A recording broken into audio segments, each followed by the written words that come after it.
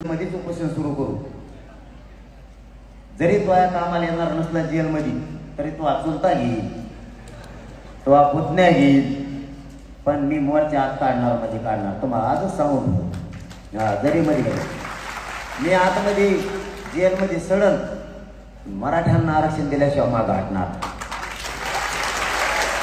पण तुमच्याशी गद्दारी करून मी त्यांना कड जाणार बी नाही, त्यांना हो बी म्हणणार नाही.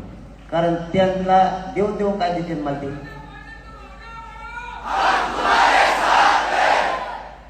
देऊन देऊन जास्तीत जास्त मला काय देतील, पद आणि पैसे. आता पण दुसऱ्याला काय दिले ते तेवढंच दिले. पैशाचा मग कुठं जमत आहे? मग पैशाचा मग पहिला पण जमत नाही, हिंदीचा मग जमत नाही. तसं पद तर मला लागतच नाही.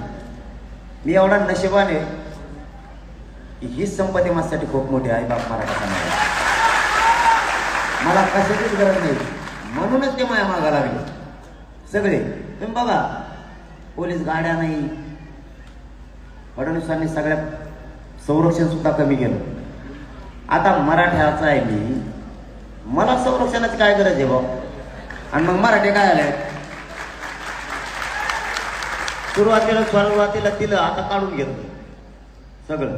गाड्या आहेत का त्यांच्या? नाही असं नाही, लांबून पळायच्यात नाही का. एखादा लग्नात रुसलेला नसतो का पाहुणा, ते मंडपाच्या कोपऱ्याला राहतो. गाड्या आहेत का 2 किलोमीटर माग, 2 किलोमीटर त्या तिकडं पुढं कुठं आलेत बघत. पहिले आमच्या संघ चालायचे, आता संघ नाही चालत. 8 दिवसात लांबून नजर ठेवते, म्हणजे नाही का त्याला मूळ वाटीचं आमंत्रण दिल्यासारखं, येतो का आता हिंड ना तिकडं. गरजच काय? आमच्या माझ्या संघ गावात 10 गाड्यात आणि 100 जण आहेत. ईवर तू कोण यायचं ते पुढून, मग तुला दाखवतो का आमचा कसा आहे. म्हणजे हे सगळी प्लॅनिंग.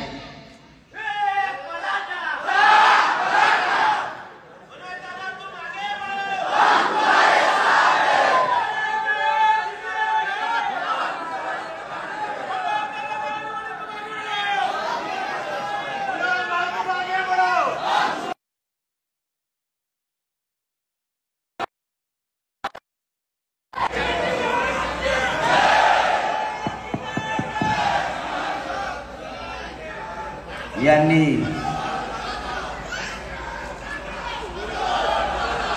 फडणवीस साहेबांनी बंद केली का?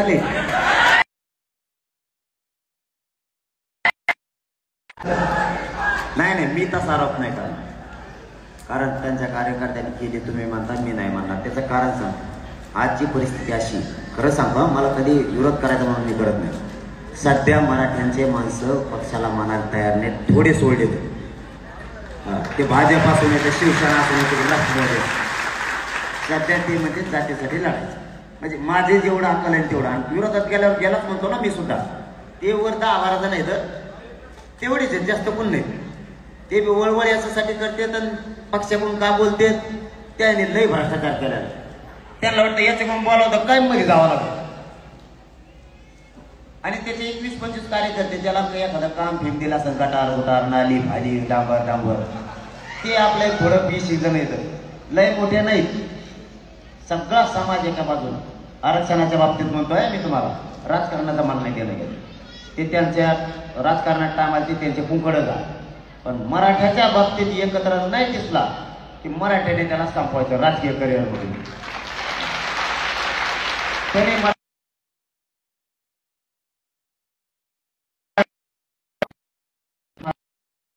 माझ्या गोरगरीब मराठ्यांच्या लोकांना आरक्षण पाहिजे आणि ते मला घ्यायचं. मग तुम्ही निवडून या, नाही तिकडे उलटे पडा, काही देणं घेणं. कारण मला माझा समाज महत्वाचा. आणि आजही सांगतो मी या परभणी,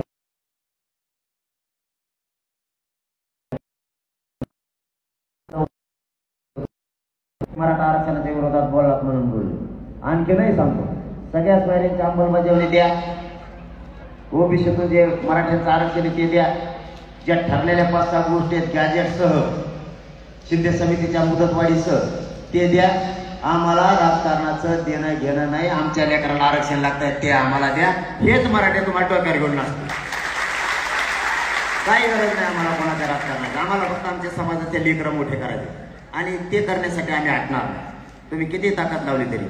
आता त्यांना ते पाठीमागच म्हणले होते याच्यावर हल्ला घडून आणा, काही महिला बी पाठवल्या होत्या त्यांनी.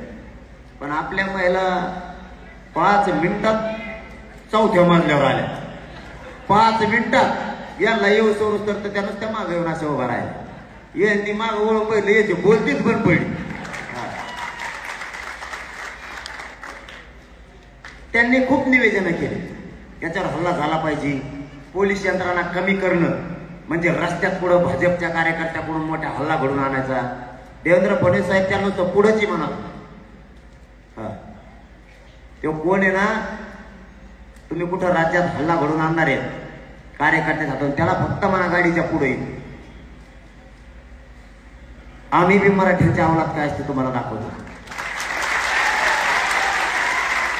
पोलीस यंत्रणा कमी करणं हे फडणवीस साहेबांचे चाळे. पोरांवर केसेस करायला लावणं, त्याचा गैरवापर त्या